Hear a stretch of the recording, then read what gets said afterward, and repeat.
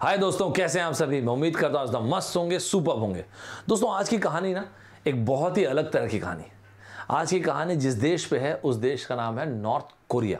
North Korea आपने देखा होगा तो वैसे भी लोगों के पास वहां तो ज़्यादा क्या कुछ अधिकार है नहीं, लेकिन वहां के लीडर मिस्टर किम जॉन उन ने सोचा मुझे ना और फर्दर क्लैम्प डाउन करने की ज़रूरत है और ज़्यादा रेगुलेट करने की ज़रूरत है चीज़ों को। किस चीज़ के लिए, और इस जिस चीज़ के लिए उन्होंने ये सोचा है उसके लिए बहुत सारे न्यूज़पेपर्स हैं, स्पेशली बोलूं तो बीबीसी में आर्टिकल्स वगैरह भी आप देखेंगे। North Korea's war on reactionary thoughts. तो किस तरह की सोच, किस तरह के विचार को रिएक्शनरी थॉट्स का नाम दिया गया है। दोस्तों देखिए, जब आप नॉर्थ कोरिया के बारे में बात करते हैं, मैं थोड़ा सा आपको हिस्टोरिकली बताता हूं। मैं उसके बाद फिर ये वीडियोस आपके लिए अलग से बना दूंगा कोरियन वॉर पे स्पेशली। जब नॉर्थ कोरिया देखते हैं तो दोस्तों ये रहा पूरा विश्व।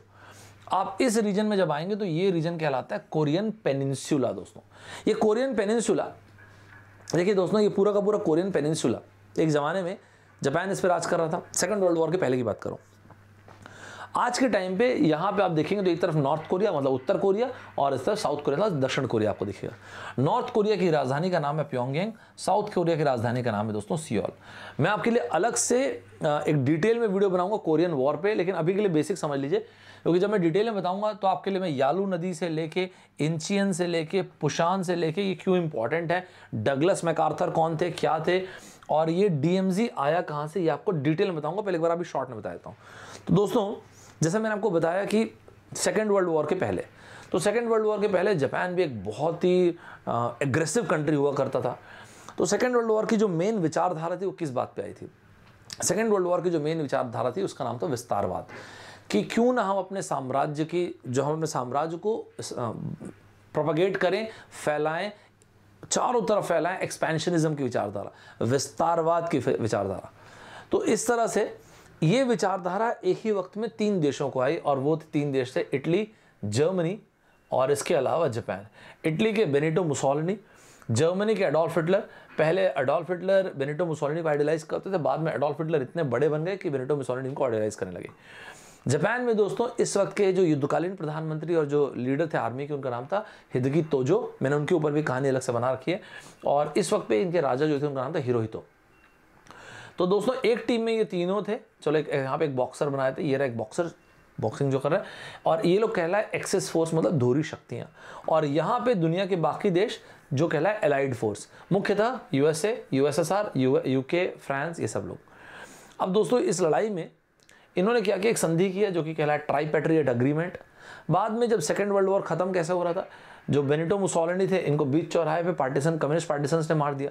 बर्लिन बंकर पे एडोल्फ हिटलर की मृत्यु हो गई। और यहाँ पे जापान में हिदेकी तोजो जो थे, एक्चुअली 6 अगस्त को और 9 अगस्त 1945 को, 6 अगस्त 1945 और 9 अगस्त 1945 पे हिरोशिमा और नागासाकी में, हिरोशिमा में लिटिल बॉय और 9 अगस्त को फैटमैन जो कि लिटिल बॉय से 20 गुना ताकतवर बॉम्ब था, गिराया गया। और यहाँ से 14 अगस्त को 14 अगस्त 1945 को जापान ने किया अनकंडीशनल सरेंडर। और यहाँ से जापान भी मान गया कि भाई सब हम तो मान गए सरेंडर, और हमारे सारे उपनिवेश भी आपके हुए। और ये जैसे ही उपनिवेश आपके हुए, कहने का मतलब ये है कि ये देख लो भाई कोरियन पेनिनसुला हमारा था, वो अब आपका हुआ। और इस तरह से नॉर्थ कोरिया को फिर कम्युनिस्ट ताकतों ने रूल करना शुरू किया। और यहाँ से साउथ कोरिया को कैपिटलिस्ट बोल दीजिए या डेमोक्रेसी बोल दीजिए। और इसलिए सोवियत एडमिनिस्ट्रेशन यहाँ पे स्थापित हुआ था। मेरे ख्याल 3 अक्टूबर की बात है 1945 को। दोस्तों ध्यान रखिएगा 1945 की बात करो, चाइना बना नहीं है अभी, चाइना बाद में बना है ना। तो चाइना ना 49 में बना है, जब माओ जेडोंग ने सिविल वॉर किया था, चांग काई शेक वहाँ से भाग के ताइवान गए थे। अभी चाइना बना नहीं है। यहाँ पे सबसे पहले जो फर्स्ट प्रोविंशियल गवर्नमेंट बनी थी दोस्तों नॉर्थ कोरिया में 1946 को बनी। सेकंड प्रोविंशियल गवर्नमेंट 1947 को बनी। और फाइनली फिर Democratic People's Republic of Korea. दोस्तों नाम में तो डेमोक्रेसी है, तो ये नाम है नॉर्थ कोरिया का ऑफिशियल नाम। मुझे कमेंट बॉक्स में बताइएगा साउथ कोरिया का ऑफिशियल नाम क्या है, ये आपको बताना है। तो अंततः इस तरह से DPRK Democratic People's Republic of Korea इस तरह से स्थापित होता है 1948 को। दोस्तों देखिए दोस्तों, जब कभी इस तरह से डिफरेंसेस आते हैं ना, तो ये होना बड़ा स्वाभाविक है कि नहीं हम असली कोरियन से तुम नहीं हो। तो ये लड़ाई ना वैचारिक लड़ाई ना होना स्वाभाविक है, कोई बड़ी बात नहीं। और इसके चलते तकरीबन 1950 से लेके 1953 तक के, प्रिसाइसली 1951 के अर्ली 1951 से लेकर 1953, 2-2.5 साल तक के ये लोग लड़ते रहे और ये कहलाया कोरियन वॉर दोस्तों। लेकिन कोरियन वॉर को ना लोग बोलते हैं फॉरगॉटन वॉर है, लोग भूल गए इसके बारे में, इसलिए बहुत सारे लोगों की मृत्यु हुई थी, विद ऑल ड्यू रिस्पेक्ट। लेकिन क्योंकि ऐसा कहा जाता है क्योंकि ये द्वितीय विश्व युद्ध, सेकेंड वर्ल्ड वॉर और वियतनाम के युद्ध के बीच में हुआ, और इसमें तो इतनी भयंकर तादाद में लोगों की मृत्यु हुई कि लोगों ने इसे भूल गए लोग। इसके अलावा भी इसमें एक और चीज़ मैं आपको बोलता हूँ दोस्तों, यहाँ पे मैं आपको एक मैप और दिखाता हूँ, है आई थिंक ये इसलिए आप देखिए साउथ कोरिया की अपनी कोई मिलिट्री नहीं है, यूनाइटेड स्टेट्स जो उनको प्रोटेक्शन प्रोवाइड करता है। ये देखिए आप आर्मिस्टिस, लेकिन आर्मिस्टिस हुआ कैसे? देखिए दोस्तों, पहले ना जब जापान युद्ध हार गया तो इस पूरे कोरियन पेनिनसुला को 2 हिस्से में डिवाइड किया गया 38th पैरेलल पे। ऊपर का नॉर्थ कोरिया, इसको मेनली यूएसएसआर रूल कर रहा था, और नीचे साउथ कोरिया मतलब वेस्टर्न कंट्री, चलो मेनली यूएसए लिख देता हूँ, यूके लिख देता हूँ, फ्रांस लिख देता हूँ, ठीक है। और इसकी कहानी में पूरी डिटेल में आपको बताऊंगा, तो आपको ये येलो नदी क्या है, यालू रिवर क्या है, ये पुशान का सिग्निफिकेंस क्या है, इंचियन कहाँ गया, इंचियन का सिग्निफिकेंस क्या है, डगलस मैकार्थर कौन थे, वो हम लोग बाद में कभी देखेंगे। मैं मतलब आपके लिए वीडियो रिकॉर्ड करके प्रोवाइड कर दूंगा। तो पहले तो ऐसे 38 पैरेलल में डिवाइड किया गया। इसको फॉरगॉटन वॉर इसलिए भी बोला है था दोस्तों क्योंकि ना जब युद्ध खत्म भी हुआ ना 2-2.5 साल के बाद, तो भी देखो क्या हुआ, नॉर्थ कोरिया अपनी कुछ ज़मीन यहाँ से, ये 38 पैरेलल था तो कुछ ज़मीन जीत गया, यहाँ से यहाँ आ गई ये जो लाइन थी, और कुछ ज़मीन हार गया। तो यहाँ पे एक लाइन बनाई गई और उस लाइन के कुछ किलोमीटर पीछे तक के और कुछ किलोमीटर आगे तक के बोला गया यहाँ पे दोनों में से कोई मिलिट्री नहीं रखेंगे, तभी हम शांति स्थापित कर पाएंगे, और इसका नाम रखा गया DMZ, डीमिलिटराइज्ड जोन दोस्तों। ठीक है दोस्तों, यहाँ तक आपको समझ में आ गया। और उसके बाद से साउथ कोरिया का डेवलपमेंट आपने देखा होगा दोस्तों। साउथ कोरिया अगर आपने सियोल देखा होगा, जानते होंगे, सुना होगा, तो पूरे एशिया का वन ऑफ द सबसे समृद्ध शहरों में से एक है, भयंकर पैसा सियोल में। और आज की तारीख में आप देखेंगे तो इनोवेशन से लेके कैपिटलिज्म से लेके मतलब पैसा वैसा बहुत है, इनोवेटिव है बहुत सियोल, साउथ कोरिया पूरा का पूरा। On the contrary north Korea जो हमेशा से रहा, क्या नॉर्थ कोरिया ज्यूज फिलोसफी को फॉलो करता था, JUCHE। ज्यूज का मतलब होता है सेल्फ रिलायंट, हम किसी और पे क्यों निर्भर रहे हैं। आज के इस दौर में पॉसिबल नहीं दोस्तों, बहुत मुश्किल है। इसलिए हर पासिंग डे के साथ, हर पासिंग मंथ और हर पासिंग ईयर के साथ ना नॉर्थ कोरिया आप देखेंगे तो रिस्ट्रिक्शंस और टाइट करते जा रहे हैं। वहाँ पे इस लेवल पे मॉनिटरिंग आपको देखने को मिलेगी। आप एक व्यक्ति विशेष रूप से क्या देखते हैं, क्या आने वाले टाइम पर उसका खाते जो है उस पर भी रिस्ट्रिक्शन लग जाएगा, क्या देखते हैं क्या नहीं देखते, क्या एंटरटेनमेंट कंज्यूम करते हैं और क्या आपके टेलीविजन पे ब्रॉडकास्ट होगा, वो भी सरकार डिसाइड करती है। इसके अलावा आप देश छोड़ के जाना इतना आसान नहीं है वहाँ पे। ठीक है, मैं मानता हूँ कि चाइना पे काफ़ी कुछ डिपेंडेंट है, मतलब सामान वगैरह चाइना से बहुत कुछ आता है, लेकिन अभी पेंडेमिक टाइम पे वो भी बंद हो गया, वो भी रुक गया है।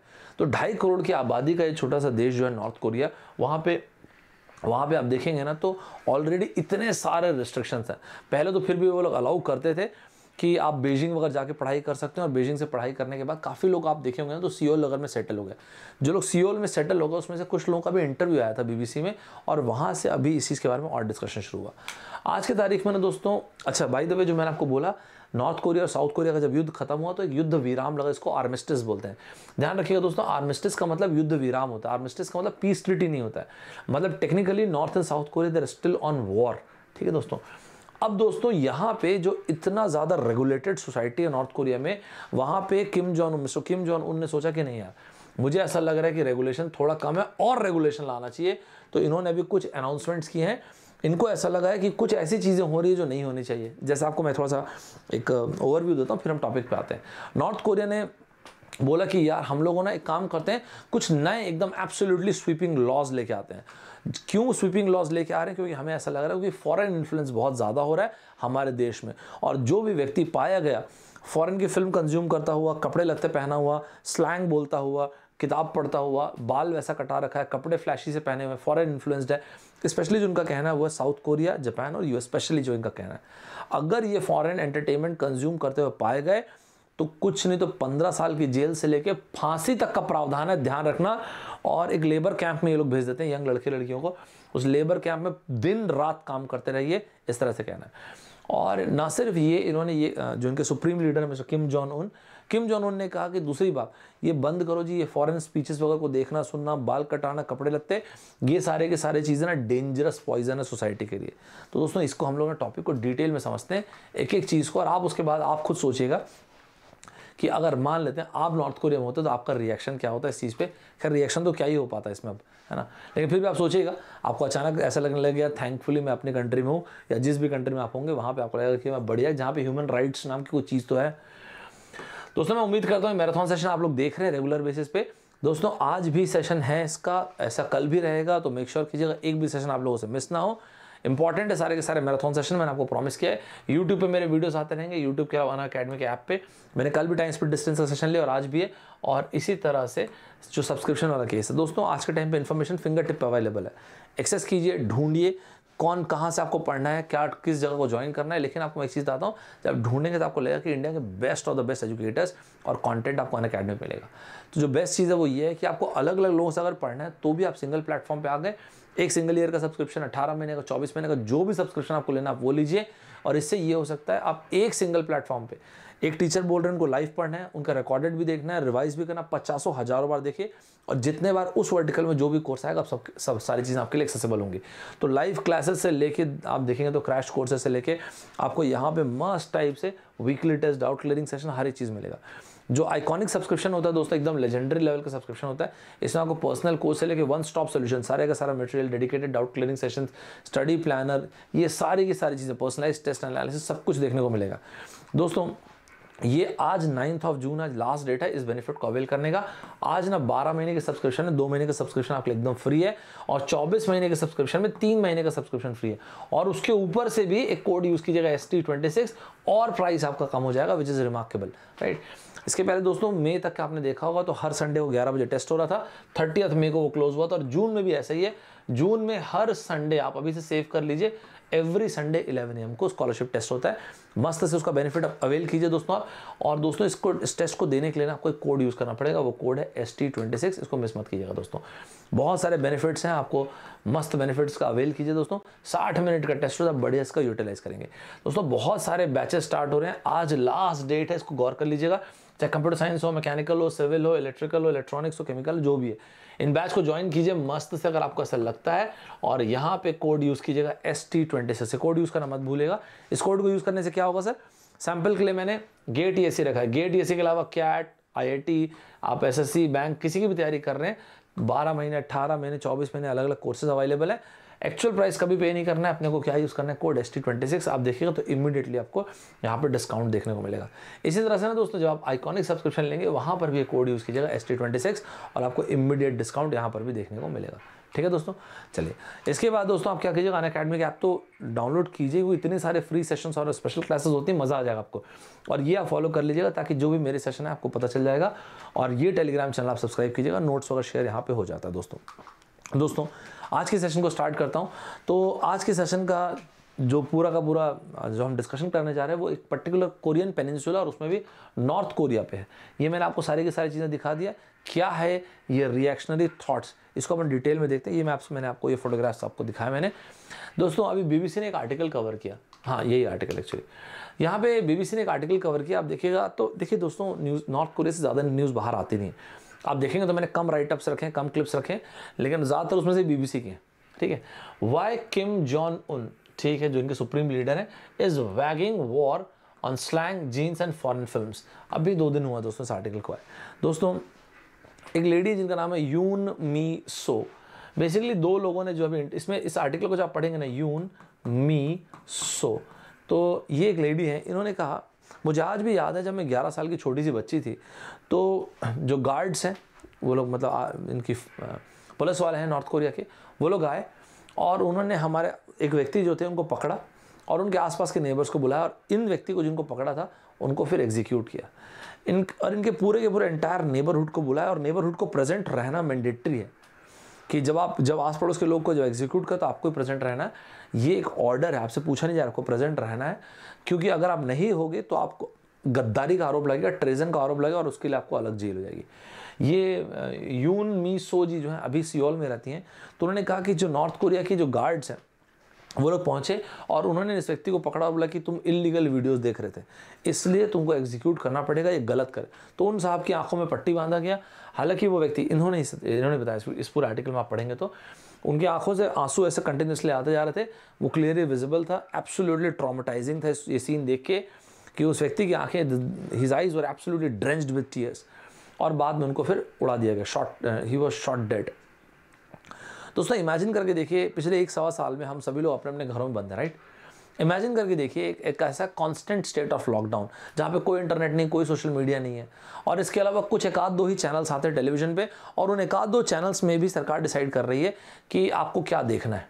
नॉर्थ कोरिया में एग्जैक्टली यही स्थिति है दोस्तों, कि वहाँ पे 1-2 ही चैनल्स आपको टेलीविजन पे मिलेंगे। सर इंटरनेट तो इतना स्लो, इतना सुस्त, और स्पेसिफिक कुछ वेबसाइट्स जो चलती रहती हैं वो तो बंदा खुद ही ना देखे यार, इतना गोल गोल गोल घूमेगा। लेकिन इसके बावजूद किम जॉन उन साहब को ये लगा, ये रहा मिस्टर किम जॉन। अच्छा बाय द वे, ये इमेज बहुत फेमस है दोस्तों, it's a very very popular image. ये पॉपुलर इमेज आपको पिछले 20-25 साल में और दिखी होगी। आप इस इमेज को ध्यान से देखिए, कितना इंटेलिजेंटली डिज़ाइन किया गया इमेज। ये रहा नॉर्थ कोरिया, ये रहा जो लैपटॉप है, ये फैमिली ऐसा क्या पाप कर रही है, क्या बेचारे लोग यार, पिता माँ 2 बच्चे हैं, लैपटॉप पे कुछ देख रहे हैं। आप भी देखते होगे, फ्रेंड्स वगैरह, नेटफ्लिक्स देखते होगे, अमेजॉन देखते होगे। लेकिन इस कंटेंट को जरा इधर लेके जाइए, साउथ कोरिया। तो आज के टाइम पे south Korea, Japan, US, western countries के, स्पेशली अगर कुछ म्यूजिक सुन रहे हैं, कंटेंट कंज्यूम कर रहे हैं, गलत है, आपको जेल हो सकती है, फांसी तक हो सकती है।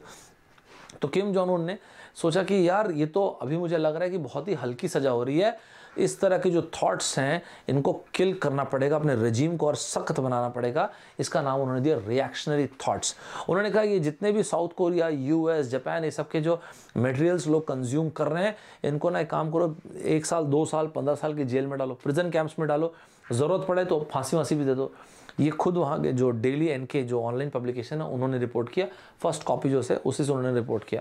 उन्होंने ये कहा कि देखो यार, सिर्फ ये नहीं, अगर एक फैक्ट्री है, वहाँ पे जो भी ओनर होगा वो छोड़ो, अगर एक फैक्ट्री का काम करने वाला एक वर्कर है, अगर वो इस तरह की मीडिया कंज्यूम करता है, कोई ख़राब भी चीज़, normal drama, normal movies, normal चीज़ें कंज्यूम कर रहा है, म्यूज़िक सुन रहा है, तो उस फैक्ट्री का जो ओनर है ना, उसको भी पनिश करना है। अगर एक बच्चा ऐसा कुछ कंज्यूम कर रहा है, इसका मतलब उसके पेरेंट्स की परवरिश में प्रॉब्लम है, उसके पेरेंट्स को भी पनिश करना है।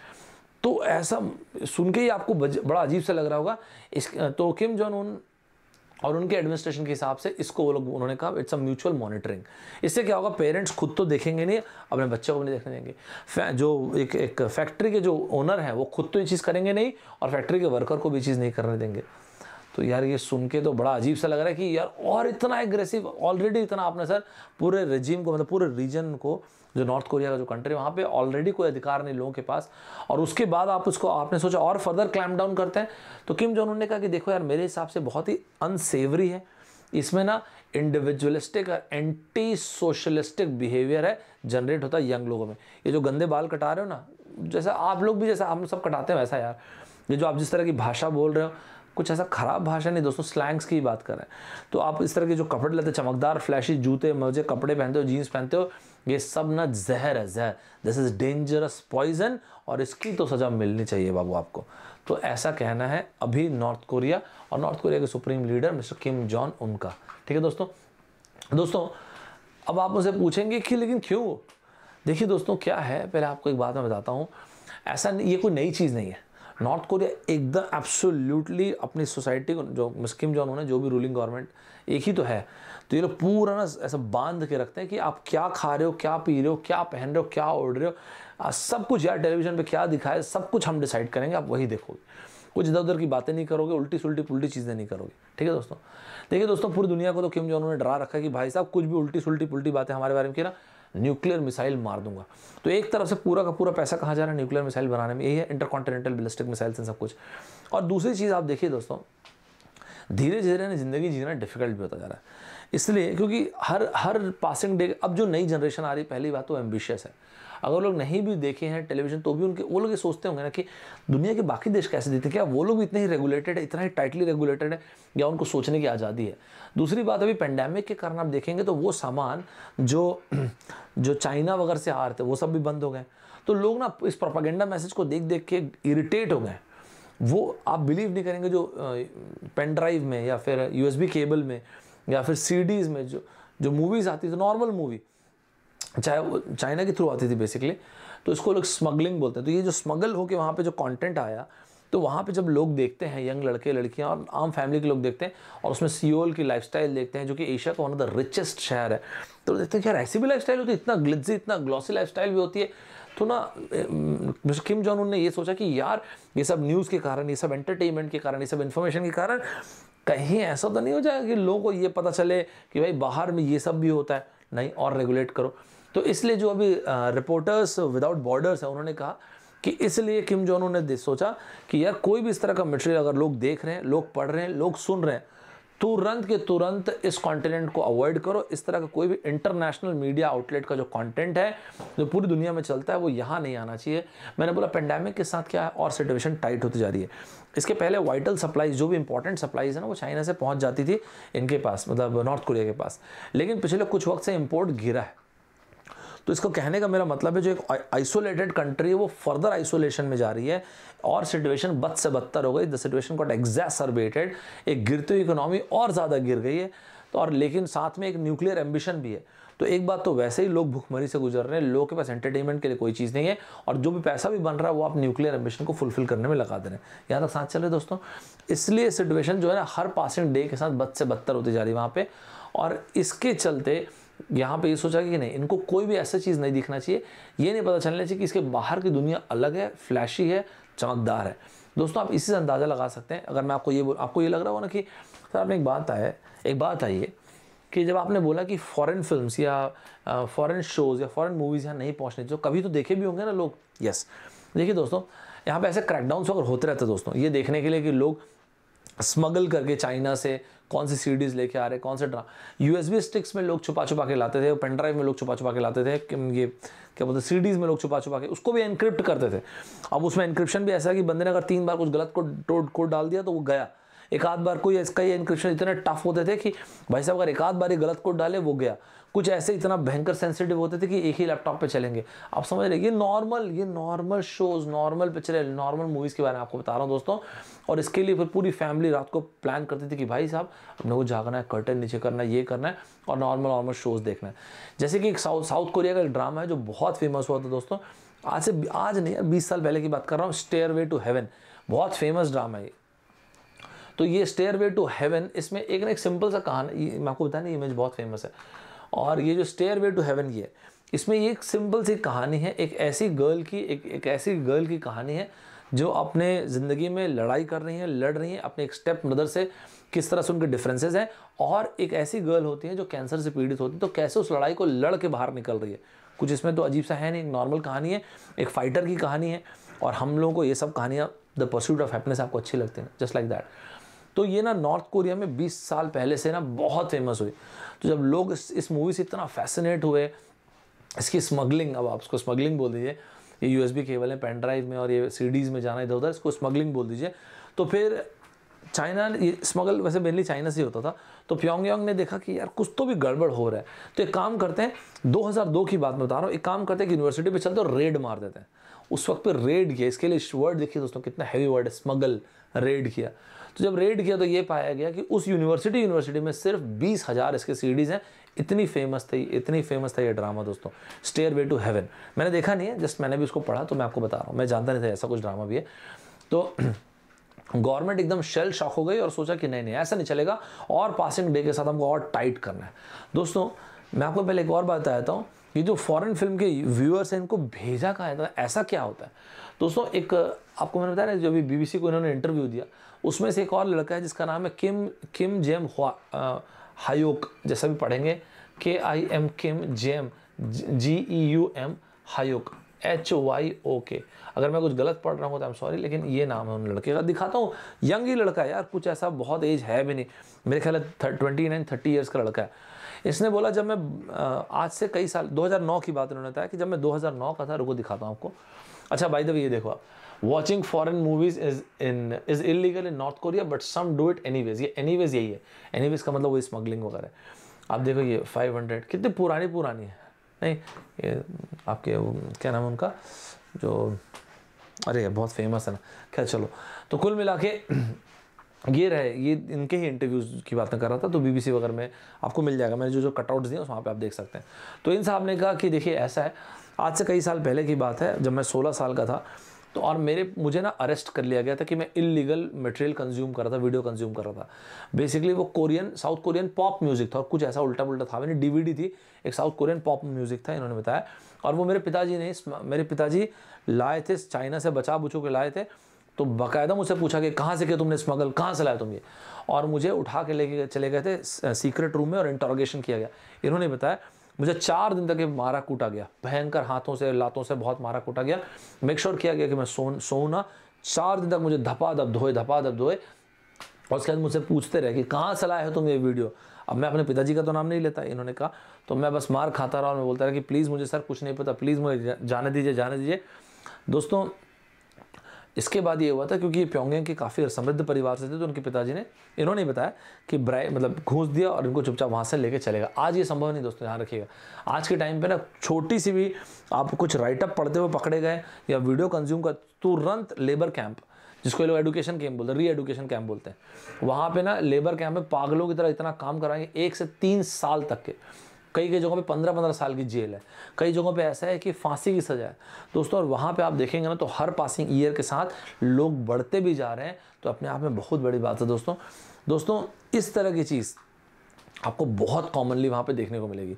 जैसा मैंने इन दोनों का नाम बताया, तो आज के टाइम पे ये लोग सियोल वगैरह में सेटल हैं। तो इन्होंने बताया कि जब मैं बाहर निकल, देखिए हम मैं और आप हम इंसान हैं, इंसान इतना ग्रो क्यों किया, क्योंकि क्यूरियस है इंसान। हम लोग ना डिससेटिस्फाइड लोग हैं, जो कि ठीक भी है, वो डिससेटिस्फैक्शन के कारण हम इतना ग्रो किए।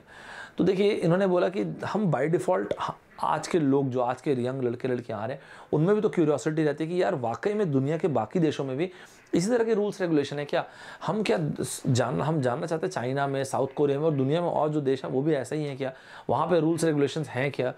तो इन्होंने कहा कि देखिए दोस्तों हर पासिंग डे के साथ वो इनक्विजिटिवनेस, वो क्यूरियोसिटी बढ़ती जा रही है। उन्होंने बोला कि मुझे किस्मत से ना बीजिंग जाके पढ़ने का मौका मिल गया, उसके बाद फिर मैं सियोल में सेटल हुआ। और जब मैंने नेट पे सर्च करना शुरू किया अपने कंट्री के बारे में, तो मैंने बहुत सारे राइटअप जब पढ़े, बहुत सारे वीडियोस देखा, तो मुझे बिलीव नहीं हुआ मेरी कंट्री की इमेज के बारे में। मैंने विकीपीडिया में पढ़ा तो मुझे लगा ये जितने भी वीडियो सब बकवास है, विकीपीडिया में सब झूठ है। और मेरे ना मेरे ब्रेन और हार्ट में एक द्वंद्व से शुरू हो गई, लड़ाई शुरू हो गई। मैंने ऐसे बहुत सारे डॉक्यूमेंट्रीज देखे, बहुत सारे बुक्स पढ़े, और इस तरह से मुझे बहुत सारी चीज़ों का अंदाज़ा हुआ। तो तब अंदाज़ा हुआ जब मैं यहाँ भी सियोल में आके सब सेटल हो गए। जो लेडी है मीज़ो जो जी हैं, ये इनको मैं आपको थोड़ी देर पहले बताया था, ये भी सेटल हो गए सियोल में आके। इन्होंने कहा कि आप सोचिए इन्होंने सियोल आके पहली चीज़ क्या किया होगा। इन्होंने कहा कि जब मैं सियोल पहुंची ना, सबसे पहली चीज़ क्या किया, स्टेयरवे टू हेवन देखा मैंने है क्या। आप सोच के देखिए दोस्तों, मतलब ऐसा रिस्ट्रिक्शन लग जाए कि आप फ्रेंड शो नहीं देख सकते, कोई भी नॉर्मल सा शो नहीं देख सकते, भाई साहब जेल हो जाएगी, आप में एक उत्सुकता रहेगी ना। तो इन्होंने भी सबसे पहले आके उस शो को देखा। आज के टाइम पे वैसे आपको एक बात आता दोस्तों, आज के टाइम पे नॉर्थ कोरिया को छोड़ के जाना, मतलब कंट्री को छोड़ के जाना ऑलमोस्ट इम्पॉसिबल हो गया है। और अभी तो शूट टू किल का ऑर्डर चलता है वहाँ पे, ठीक है दोस्तों। मतलब आज के टाइम पे ऑलमोस्ट इम्पॉसिबल जैसा हो चुका है कि वहाँ से जाना एब्सोल्यूट नो चिल है उसके लिए। मतलब अगर आप जा रहे हो, अगर आपकी आइडियोलॉजी अलग है तो जेल हो जाएगी, आपको री एडुकेशन सेंटर्स में डाल देंगे, जेल में डाल देंगे। वहाँ इनका कहना ये था कि हम सभी के अंदर ना एक ग्रीवेंस है, एक दुख दर्द तकलीफ है, वो नॉर्मल सी बात है। कॉन्स्टेंटली वहाँ पे बताया जाता है कि देखो जी हम सही हैं, साउथ कोरियंस जो है वो गलत है। उन्होंने कहा लेकिन वो ग्रीवेंस ना कोई डायरेक्शन नहीं उस ग्रीवेंस का, तो वहाँ के लोगों को ना एनलाइटन करना पड़ेगा बाकी लोगों को। लेट्स सी, देखते हैं जो भी होता है टाइम के साथ। आखिरी चीज़ आप शायद मुझसे ये पूछ सकते हैं कि सर एक बात है, इंटरनेट भी तो होगा ना। दोस्तों ये देखिए मैंने ना 2016 का एक राइटअप रखा है आपको बताने के लिए कि बहुत समय से इस पर डिस्कशन चलता ही रहता है। What is north Korean internet really look like. बड़ा बेसिक सा फॉर्मेट है दोस्तों इंटरनेट का, ऐसा कुछ है नहीं वहाँ पे दोस्तों। इस तरह के जितने भी एब्सोल्यूट टोटलिटेरियन इकोनॉमी होती है, पहली चीज़ वहाँ पे हर जगह इंटरनेट अवेलेबल होता भी नहीं, और जो होता भी उसका रिस्ट्रिक्शन इतना स्लो और इतना रिस्ट्रिक्टेड उसका एक्सेस होता है, इतना स्लो होता है कि बंदा खुद ही यूज़ ना करे यार इंटरनेट। तो यहाँ पर भी कुछ ऐसा ही है दोस्तों, एकदम ज़्यादा स्लो है, वेबसाइट भी बहुत ही अनअट्रैक्टिव सी लगेगी, स्टैटिक सी है और धीरे इतने हैवी है, खैर उनको भी कोई फ़र्क नहीं पड़ता। और वहाँ पे ना सिर्फ आप देखेंगे ना तो न्यूज़ फीड्स आपको मिलेंगे, कुछ एक आधो खाने पीने वाले वीडियोस मिल जाएंगे। न्यूज़ फीड्स में आपको बताएंगे भाई सुप्रीम लीडर की हमारी एक्टिविटीज़ देखिए, आज सुबह गए लोगों ने किसानों की मदद की, फल फूल लगाए यहाँ पे, फ्रूट्स लगाए यहाँ पे टमाटर वमाटर लगा दिए। अगले दिन देखिए भाई ये क्या मस्त तरीके से ये ballistic missile, nuclear missile develop करने में बता रहे हैं कि कैसे डेवलप कर सकते हैं। अगले दिन बताएंगे भाई देखो ये रॉकेट बना रहे हैं, मतलब उस टाइप की चीज़ें। थोड़ा इसमें प्रेजिंग बहुत ज़्यादा अपने मुँह मियां मिट्ठू वाला, तो तारीफ़ ही तारीफ़। उसमें कुछ पता तो चलता नहीं है, कोई इसको पढ़ रहा है तो पता चलेगा कि नहीं एक्चुअली वहाँ पे क्या हो रहा है, तो किसी को एक्चुअली ऐसा पता चलता नहीं है। दूसरी बात, आपको कुछ वेबसाइट्स मिलेंगी लेकिन बहुत ही रिस्ट्रिक्टेड है, ज़्यादातर वेबसाइट वैसे भी लॉक्ड है, वहाँ पे आपको कुछ दिखना नहीं है। कुछ भोजन की वेबसाइट है तो वहाँ पे आपको पता चल जाएगा कि प्योंगयांग में भाई सबसे अच्छा देखिए, आपने इतना बेसिक सा वेबसाइट, ऐसा कुछ नहीं है, सिंपल है, तो आपको ये समझ में आ जाएगा। वैसे उसमें भी ज़्यादा ट्रैफिक है नहीं, कहाँ से होगा, इतना बेसिक स्टैटिक वेबसाइट, इतना बोरिंग सा वेबसाइट है। तो ना आपको ये पता चलेगा कि प्योंगयांग में ना कौन सी ऐसी जगह है जहाँ पे आपको कुछ रेस्टोरेंट्स जहाँ पे बहुत अच्छे नूडल्स मिलते हैं। तो ऐसे भोजन से रिलेटेड कुछ, यहाँ पे डॉग फूड खाते हैं, वैसे डॉग मीट खाते हैं, तो आपको पता चल जाएगा कि डॉग मीट सबसे अच्छा कहाँ मिलता है। इसी तरह से कुछ और वेबसाइट्स हैं, क्योंकि लोग मूवीज़ को बहुत प्रमोट करते हैं दोस्तों, भोजन के अलावा भी। तो ना ये जो कोर फिल्म्स आप यहाँ पे देख सकते हैं, ये कोर फिल्म्स, तो कोर फिल्म्स जो है ना, कोरियन फिल्म इंडस्ट्रीज को बोलते हैं, नॉर्थ कोरियन फिल्म इंडस्ट्री जो है उसको कोर फिल्म्स बोलते हैं ये लोग। और ये लोग बहुत एफर्ट देते हैं प्योंगयांग का इंटरनेशनल फिल्म फेस्टिवल को। तो इंटरनेशनल फिल्म फेस्टिवल को वो लोग प्रमोट करते हैं, वो ठीक, उसमें भी 3 टाइप की पिक्चरें लोग दिखाते हैं, पहली आर्ट मूवीज़, दूसरी डॉक्यूमेंट्रीज और तीसरा एनिमेटेड मूवीज़। तो इतना ज़्यादा भी रेगुलेटेड और रिस्ट्रिक्टेड है। इतना रेगुलेटेड और रिस्ट्रिक्टेड मार्केट में किम जोंग उन ने कहा कि नहीं, मुझे ऐसा लग रहा है कि ये रेगुलेशन कम पड़ रहा है और रेगुलेशंस लेके आओ। तो ये था दोस्तों वो रिएक्शनरी थॉट के अगेंस्ट किम जोंग उन का जो डिसीजन है, जो उन्होंने आज लिया। तो ये थी हमारी दोस्तों आज की कहानी। मुझे बताइएगा कमेंट बॉक्स में आपको ये कहानी मज़ा आया कि नहीं सुन के, और आपका क्या ओपिनियन है इस पर्टिकुलर टॉपिक में, north Korea's war on reactionary thoughts. तो ये था दोस्तों हमारा आज का सेशन। मुझे अपना ओपिनियन ज़रूर शेयर कीजिए कमेंट बॉक्स में। मिलते हैं दोस्तों नेक्स्ट सेशन में। बाय बाय, टेक केयर, जय हिंद दोस्तों।